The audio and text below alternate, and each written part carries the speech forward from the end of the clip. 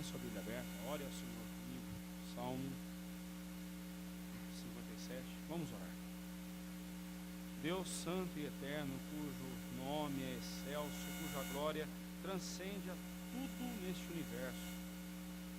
A Ti buscamos em oração, suplicando que fales ao nosso coração, que necessita tanto, ó Deus, da Tua orientação. Não permitas que desviemos a nossa atenção para nada, mas que estejamos atentos à Tua palavra. Guia-nos, te pedimos em nome de Jesus. Amém.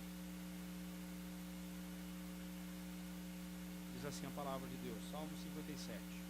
Ao mestre de canto, segundo a melodia, não destruas, hino de Davi, quando fugia de Saul na caverna. Tem misericórdia de mim, ó Deus, tem misericórdia, pois em Ti a minha alma se refugia. À sombra das Tuas asas me abrigo, até que passem as calamidades. Clamarei ao Deus Altíssimo, ao Deus que por mim tudo executa. Ele, dos céus, me envia o seu auxílio e me livra. Cobre de vergonha os que me ferem. Envia a sua misericórdia e a sua fidelidade. Acha-se a minha alma entre leões, ávidos de devorar os filhos dos homens. Lanças e flechas são os seus dentes, espada afiada a sua língua. Sê exaltado, ó Deus, acima dos céus, e em toda a terra esplenda a tua glória. Armaram rede aos meus passos. A minha alma está abatida. Abriram cova diante de mim, mas eles mesmos caíram nela. Firme está o meu coração, ó Deus. O meu coração está firme. Cantarei e entoarei louvores. Desperta, ó minha alma, despertai lira e harpa. Quero acordar a alva. Render-te-ei graças entre os povos. Cantar-te-ei louvores entre as nações. Pois a tua misericórdia se eleva até aos céus, e a tua fidelidade até as nuvens. Sê exaltado, ó Deus. Sê exaltado acima dos céus, e em toda a terra responda a tua glória. Como eu posso saber se eu sou um crente maduro, um crente experimentado? Como eu posso saber se eu sou alguém maduro na fé ou ainda estou engatinhando na fé? Primeira verdade que nós devemos ressaltar é que o crente maduro, ele se preocupa em amadurecer cada vez mais. Porque amadurecimento na vida cristã significa você saber lidar com as situações da sua vida à luz da palavra de Deus. Você guia o seu coração pela palavra de Deus, ou melhor, a palavra de Deus guia o seu coração. Um crente maduro é aquele que encontra respostas para as suas lutas e dilemas na palavra de Deus. E uma outra verdade que mostra se você é um crente maduro é a forma como você lida com o sofrimento. Como você lida com o sofrimento? Fugindo? Lamentando? Lamuriando? Qual é a forma que você lida com o sofrimento? Este salmo fala sobre os sofrimentos que Davi teve, causados pelo seu sogro Saul. E conforme nós vemos aqui no título deste salmo, ele escreveu este salmo quando ele fugia de Saul.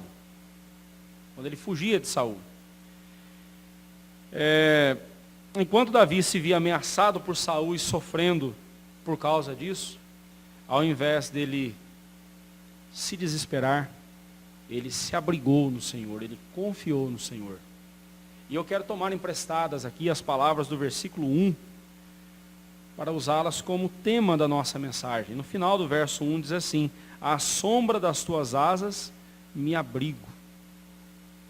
À sombra das asas de Deus, sob o cuidado de Deus, Davi se abrigava. E eu quero meditar com você nessa noite sobre isso. Debaixo das asas do Altíssimo. As Escrituras, por vezes, elas descrevem Deus como uma ave protegendo os seus filhos, os seus filhotes.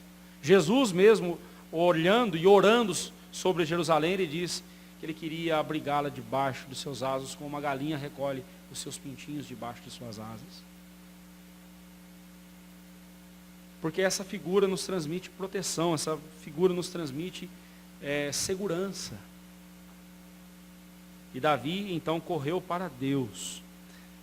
Eu não sei se você lembra, já faz algumas semanas, mas no Salmo 55, verso 6, Davi, ele disse: eu queria ter asas como de pomba para fugir.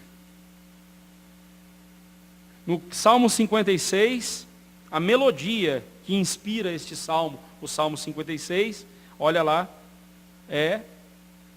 segundo a melodia, a pomba nos terebintos distantes. E Davi continua com essa imagem de asas, né, de pomba, asas, e aí então ele diz agora no verso 1 do Salmo 57, à sombra das tuas asas eu me abrigo. Ele não mais queria fugir como ele quis antes, lá no Salmo 55, 6. Ele não mais se sente uma pombinha distante, no meio dos carvalhos distantes, no meio de predadores perigosos. Não, agora ele se abriga debaixo das asas do Altíssimo. É onde nós devemos estar na hora da tormenta. É onde o crente deve estar na hora do sofrimento. É onde o crente deve estar na hora em que as coisas apertam. Este salmo, conforme nós vemos o título dele, ele foi escrito quando Davi fugia de Saul na caverna. E o contexto desse salmo está lá em 1 Samuel capítulo 24. Nós não vamos ler porque é um texto grande, né? Não porque é um texto grande, mas porque o nosso tempo aqui não dá. Mas em casa você pode ler com calma 1 Samuel 24 e você vai ver o contexto deste salmo. Mas só para você se situar, numa das fugas de Davi fugindo de Saul, Davi entra numa caverna na região de En-Gedi. Ele entra numa caverna. E sem saber que Davi estava naquela caverna, dá-se a entender que aquela caverna era profunda, era bem grande e bem profunda. Davi e seus homens estavam lá. Sem saber que Davi e seus homens estavam na caverna, Saul, o rei Saul que vinha no encalço de Davi, entrou naquela caverna para atender às suas necessidades fisiológicas. E a Bíblia diz que os soldados de Davi disseram: Davi, você tem a oportunidade, aproveita que ele está despreparado e mata Saul agora, se livra dessa praga. E Davi naquele momento ali, tomado, não sei por quais sentimentos, mas a Bíblia diz que Davi chegou até a cortar um pedaço do manto de Saul, sem que Saul percebesse. Ele corta um pedaço do manto de Saul e fica com aquele pedaço nas mãos, enquanto Saul estava ali, né, fazendo as suas necessidades. Talvez ele tenha deixado a capa de lado, coisa assim, mas Davi cortou um pedaço do manto de Saul. E quando Saul saiu da caverna, estava longe, Davi grita por Saul: por que, rei, você está perseguindo esse cão morto que sou eu? Por que você está fazendo isso comigo? Olha, eu tive a oportunidade de matar você. Olha aqui nas minhas mãos um pedaço do teu manto. Enquanto você estava aqui na caverna, eu tive a oportunidade de te matar e não te matei. Pare de fazer isso, rei. Me deixe em paz. E Davi não matou Saul, porque ele sabia que Saul era um ungido do Senhor, apesar de Saul não estar vivendo de acordo com a vontade de Deus, mas Saul foi ungido como rei. E Davi sabia que somente Deus poderia tocar no rei, no ungido dele. Só Deus poderia retirar Saul, então Davi não quis pecar contra Deus, matando Saul. E a Bíblia diz que temporariamente Saul se arrependeu e deixou de perseguir Davi, mas depois ele voltou e tentou matar Davi outras vezes. Esse é o contexto desse salmo. Davi nos mostra neste salmo que debaixo das asas do Altíssimo, em primeiro lugar, eu encontro proteção em meio aos perigos. Primeira verdade que nós destacamos aqui.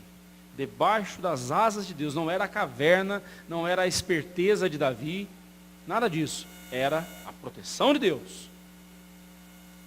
Debaixo da proteção de Deus, debaixo das asas de Deus, do Altíssimo, nós encontramos proteção em meio aos perigos. Observe novamente os versos 1 ao verso 5. No verso 1, nós vemos que a presença gloriosa e protetora de Deus transformar aquela caverna escura no santuário de Deus. Davi estava lá, como nós vamos cantar daqui a pouco, em casa ou gruta, boa ou ruim, é sempre céu com Cristo em mim. Não importa onde eu esteja, não importam as circunstâncias em que eu me encontre, venha me encontrar. O que importa é que Deus estará comigo e Deus está comigo. E é Ele quem me protege, é a proteção de Deus. E Deus, a presença dEle, transforma qualquer caverna escura num santuário da presença de Deus. É a presença de Deus com você que transforma qualquer momento de dor na sua vida um momento especial de aprendizagem, de conhecimento de Deus, de conhecer Deus de forma ainda mais profunda, de saber o quanto Ele te ama, o quanto Ele cuida de você. E se Ele estiver usando algum momento de sofrimento na sua vida para corrigir seus erros, também é prova do amor dEle, porque Deus disciplina aos filhos a quem Ele ama. Quem Ele não disciplina é porque não é filho. Então, até na disciplina de Deus, nós vemos o amor de Deus por nós.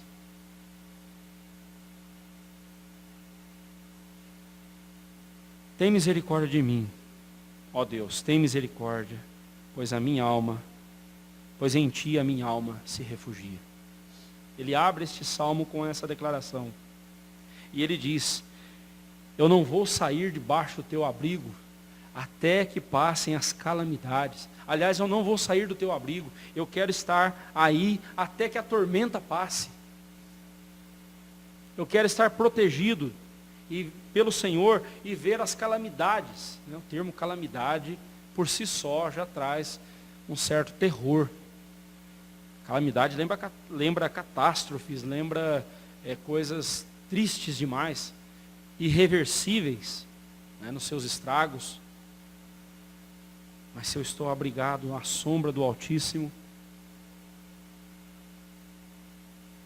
eu estarei protegido em meio às calamidades. Não quer dizer que eu não sofrerei, não quer dizer que eu não chorarei, não quer dizer que eu não terei sofrimento e dor. Deus não promete isso para nós. Deus promete para nós estar conosco em meio às calamidades. E nós veremos as calamidades passarem, porque Deus está conosco.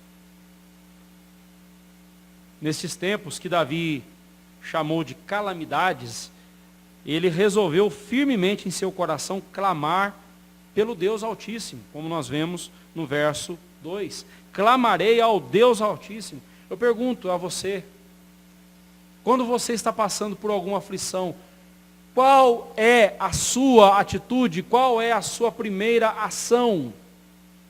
Você pega o telefone para mandar um WhatsApp para o seu grupo de amigos, dizendo: olha, eu estou sofrendo, alguém me ajude? Ou você dobra os seus joelhos na presença de Deus e clama a Deus por socorro, e clama pelo Altíssimo? Clamar nos mostra aqui uma atitude de alguém que suplica, de alguém que deseja, de alguém que grita por socorro.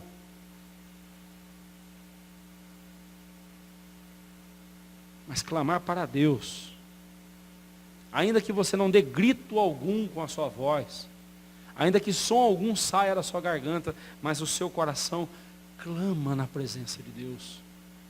Clame a Deus e não reclame de Deus.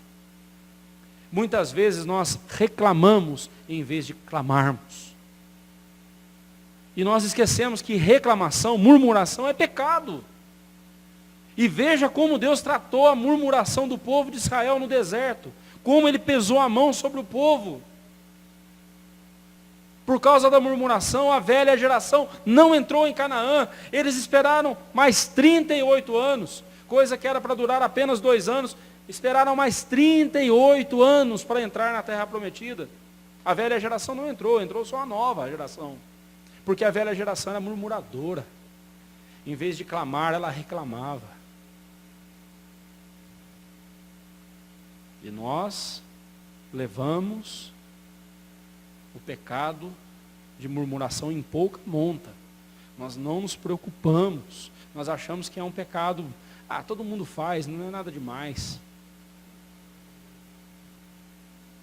Não é assim, irmãos. Davi, no meio da calamidade, ele clama ao Senhor, e ele diz: ao Deus que por mim tudo executa. Essa é a confiança do servo de Deus. Eu confio em Deus, e eu sei que Deus tudo executa por mim. Não quer dizer que eu vou cruzar os braços, e Deus Deus é quem vai fazer tudo. Não é isso que ele está dizendo. Mas eu sei que até as ações que eu realizo, até os passos que eu dou, eu só posso fazer porque é Deus quem me sustenta. Como Jesus disse: sem mim nada podeis fazer. Eu confio em Deus, eu sei que Deus fará por mim aquilo que eu não posso fazer, se isso for a vontade dele, é claro.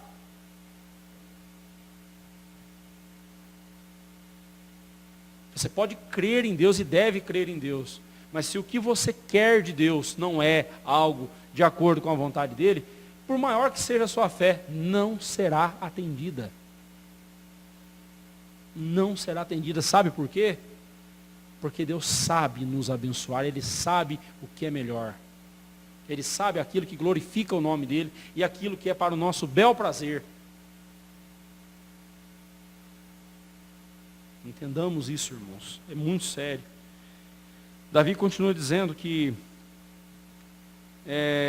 Deus não o desampararia. Ele diz: Ele, Deus dos céus, me envia o seu auxílio e me livra. Cobre de vergonha os que me ferem. Eu fico imaginando a cara de Saul naquele momento. Saul, lembre-se, ele tinha certeza de que Deus estava com ele quando ele estava perseguindo Davi. Ele tinha certeza de que ele estava fazendo algo de acordo com a vontade de Deus. Nós já falamos isso em outros salmos, que nós meditamos sobre isso. Saul tinha certeza de que o que ele estava fazendo era algo de acordo com a vontade de Deus, quando não era. Agora eu fico imaginando a cena. Saul saindo da caverna, todo tranquilo, sem saber de nada. E aí, quando ele está a uma certa distância, ele ouve Davi gritando: Saul! E ele olha para trás: é Davi.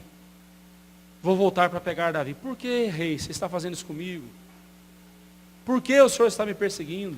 Eu tive chance de te matar e não te matei. Eu fico imaginando a vergonha de Saul.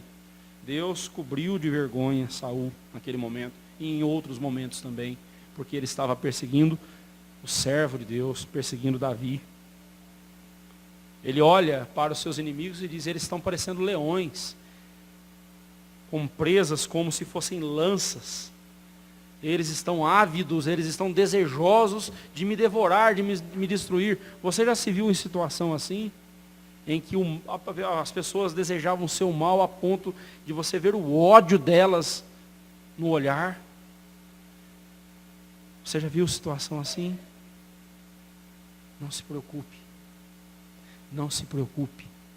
Cuide do seu caráter, da sua reputação, Deus cuidará. Tão somente se abrigue debaixo das asas do Altíssimo. Deixe Deus executar tudo por você. Ele é o Deus que por nós tudo executa para a glória dele.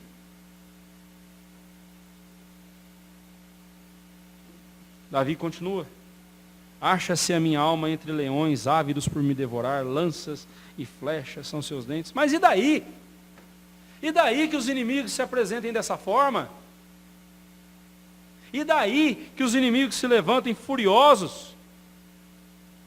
Ele vai dizer no verso 5, e depois lá no verso 11, ele repete, é um refrão, né?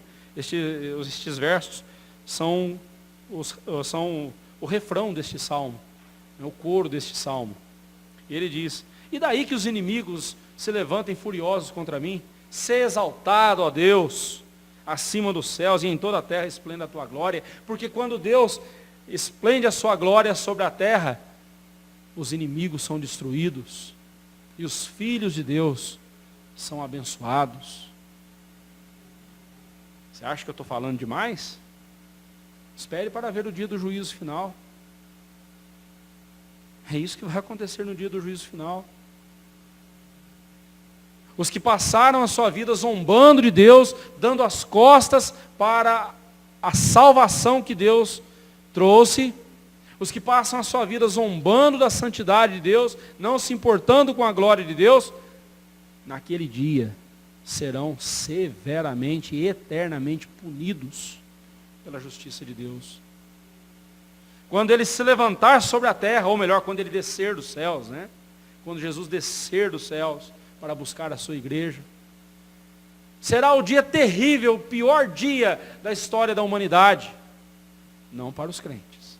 Para os crentes será o dia mais maravilhoso, juntamente com o dia em que Jesus desceu a esse mundo pela primeira vez para nos salvar. Cristo voltará para buscar a sua igreja. Você compreende essa verdade? Você está preparado para este dia? Não se assuste, ou melhor, se assuste, se impressione com o que eu vou dizer, porque é verdade. Se tem uma coisa que Deus sabe fazer, é desbaratar e humilhar os inimigos do povo dele. Se você continuar lendo a história de Saul, você vai ver isso. Mas aqueles que se abrigam debaixo da sombra do Altíssimo, aqueles que dependem da misericórdia e da fidelidade de Deus, como nós vemos no verso 3 e depois novamente lá no verso 10, aqueles que dependem da misericórdia e confiam na fidelidade de Deus, serão abençoados, serão salvos. Sim, meus irmãos, é na glória de Deus que devemos esperar. É na fidelidade e na misericórdia de Deus que deve estar o nosso coração. É dele que virá o nosso socorro. Só Deus pode transformar qualquer situação de angústia e aperto em algo maravilhoso para nós. Em casa ou gruta, boa ou ruim, é sempre céu com Cristo em mim. Não importa as circunstâncias, o que importa é com quem nós estamos, ou em quem nos abrigamos. A nossa proteção não está num lugar, mas sim na presença de Deus. No Salmo 56, Davi relata que estava no palácio do rei Aquis, dos filisteus. Estava no meio de inimigos, onde ele se sentia ameaçado. Ali, naquela gruta, ele estava protegido, porque Deus era a sua proteção. Num palácio ele se sentia desprotegido, mas numa gruta, onde Deus está presente, ele tinha total proteção. Não importa onde estamos, o que importa é com quem estamos. A segunda verdade que nós vemos neste salmo é que debaixo das asas do Altíssimo eu desfruto a verdadeira alegria. Debaixo das asas do Altíssimo nós desfrutamos da verdadeira alegria. Versículos 6 a 9 nos mostram isso. Os inimigos haviam trazido intensa dor e angústia para Davi. Armaram redes e laços, como eles dizem aqui no verso 6. Armaram redes e laços aos meus passos. Armadilhas para que ele caísse e fosse destruído. Mas porque ele confiou em Deus, em vez de fazer justiça com as próprias mãos, em vez de matar Saul, Davi testemunhou seus inimigos caindo nas próprias covas e armadilhas que eles puseram para ele. O servo de Deus não precisa sair fazendo vingança. O mal que é feito, que é planejado contra um servo de Deus, Deus mesmo dá jeito de resolver. E se Deus permitir que inimigos se levantem contra nós, como Ele permitiu com Davi, se Deus permitir sofrimentos baterem à nossa porta, irmãos, confiemos em Deus.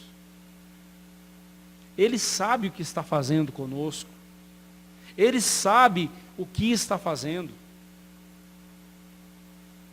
Nós devemos olhar para o nosso sofrimento como uma oportunidade de crescimento. Nós devemos olhar para a dor que nós estamos sentindo, para o sofrimento que estamos passando, seja por correção divina, Deus estar nos punindo, estar nos corrigindo por pecados cometidos, ou pela maldade de outra pessoa, alguém fez uma maldade para conosco, nós não fizemos nada de ruim para aquela pessoa, e aquela pessoa está fazendo mal a nós. Confiemos em Deus. Porque a graça de Deus nunca te levará para um lugar onde ela não possa cuidar de você. Deus nunca permitirá que você ande pelo vale da sombra da morte sozinho. Ele estará com você. Se Ele te levar para o vale da sombra da morte, Ele estará lá com você. Porque Ele é misericordioso, Ele é fiel. E se a morte vier, como cantou Lutero, como escreveu Lutero no seu belíssimo hino Castelo Forte, se a morte enfim chegar, o que acontecerá conosco? Com Ele reinaremos. Até quando nós recebermos, quando viermos a receber o último golpe, o último inimigo, a morte, bater a nossa porta, até o último inimigo, nós não seremos derrotados, porque a morte não é derrota para o crente. A morte é, sim, como eu ouvi essa semana, eu achei até muito engraçado, mas é verdade, né? A morte é um upgrade para o crente, né? A linguagem aí da internet, a linguagem aí da informática, né? Em outras palavras, a morte, quando o crente morre, ele está recebendo uma promoção, ele está subindo, ele está sendo promovido. A morte para nós é bênção, irmãos. Por isso que Paulo disse, para mim o viver é Cristo, e o morrer é lucro. Não que ele amasse a morte, não que ele quisesse morrer, não é isso. Mas nós precisamos olhar para a morte, não como aquela coisa feia que vem contra nós, pelo contrário. Ah, é? Você é a porta pela qual eu tenho que passar para estar com Cristo? Tudo bem. Bora. Vamos lá. Estarei com Cristo. E um detalhe. Morte, você é a porta que eu tenho que passar? Só vou passar uma vez e é só de ida. Não tem mais volta. Eu não preciso te ver de novo. Oh, meus irmãos. Nosso Deus é maravilhoso. Até quando Ele permite essas coisas acontecerem na nossa vida, nós vemos a misericórdia de Deus. E nós devemos ter alegria, trazer essa verdadeira alegria em nosso coração. Por isso Davi vai dizer no verso 7, firme está o meu coração, ó Deus, firme está o meu coração. O meu coração está firme. Ele faz um trocadilho, né? Firme está o meu coração, ó Deus, o meu coração está firme. Ele está reforçando aqui, pela repetição, essa verdade. Eu estou firme no Senhor. Não como Paulo disse lá em Gálatas, aquele que pensa estar em pé, veja que não caia. Não, eu não penso que eu estou em pé. Eu estou firme em Cristo. Eu estou firme em Deus. E o resultado dessa firmeza é o quê? Cantarei e entoarei louvores de toda a minha alma. Um coração que louva a Deus é porque ele está firme em Deus. Quando eu falo louvar a Deus, não estou falando só de cantar. Estou falando aqui de uma vida de devoção, de adoração, uma vida constante, de constante reconhecimento da grandeza de Deus. Um coração que está assim diante de Deus, é porque ele está firme no Senhor. Olhe para a sua vida. Como está o louvor a Deus na sua vida? Você tem louvado a Deus? Você tem sido agradecido ao Senhor? Há nas suas palavras mais júbilo e alegria do que lamúria e tristeza? Um coração firme em Deus sempre louvará o Senhor. Então o inverso é verdadeiro. Um coração que não louva a Deus, um coração que não está constantemente louvando ao Senhor e bendizendo ao Senhor, é porque ele não está firme em Deus. E um coração que não está firme em Deus, está correndo o risco de passar por calamidades e ser destruído nas calamidades.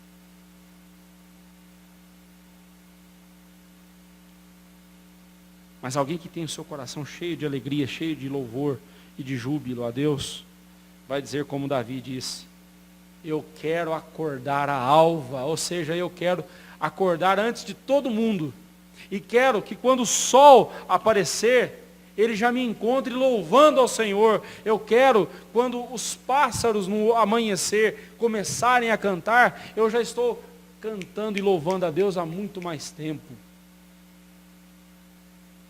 Porque eu não fico ali preso, dormindo, porque o meu coração está tão exultante, tão alegre, tão feliz com Deus, que eu tenho prazer em levantar cedo e louvar o Senhor logo pela manhã, e bendizer o Senhor logo pela manhã. Por isso render-te-ei graças entre os povos, cantar-te-ei louvores entre as nações.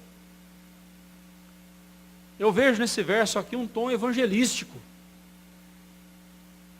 Louvar a Deus e bendizer a Deus no meio do povo de Deus é fácil. Não é tão fácil não. Agora há pouco eu pedi para você cantar com entusiasmo, né? Parece que o pessoal não gosta de cantar, não gosta de louvar a Deus, né? Está meio arrastando, né? Bons eram aqueles tempos, né, César, em que a igreja era conhecida como o povo que canta. Os evangélicos eram conhecidos assim, era o povo que cantava, que louvava com vibração, com ânimo. Não estou falando de fazer barulho, não. Eu estou falando de louvar ao Senhor com ânimo, com aquela vibração, com aquele coração alegre.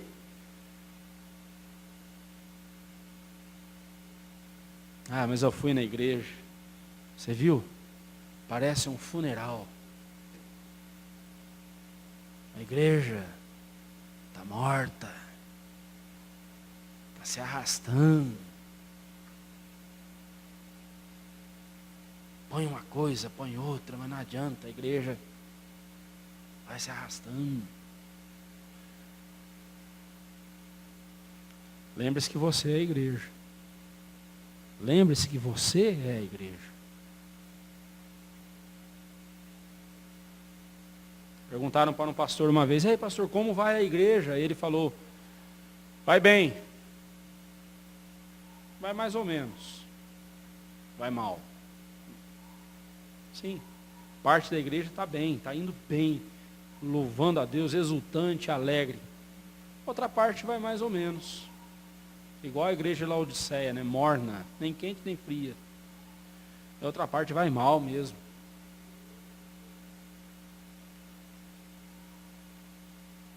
Quando eu falo de fervor, falo de vibração, falo de ânimo, eu não estou falando de barulho, irmãos, mas eu estou falando de nós louvarmos a Deus, não importa as circunstâncias, não importa o que estamos passando, o que importa é quem nós estamos adorando, para quem nós estamos olhando, é isso que importa. E nós temos todos os motivos para louvar a Deus, mas só um já é o suficiente, só um. Jesus morreu por nós, para nos salvar. Só esse motivo é mais do que suficiente para louvá-lo por toda a eternidade. Mas Ele é misericordioso, Ele nos derrama muito mais bênçãos, temos muitas outras bênçãos em Cristo Jesus. Então o que não falta para nós é motivo e motivação para louvar ao Senhor. O problema é que as nossas motivações estão erradas.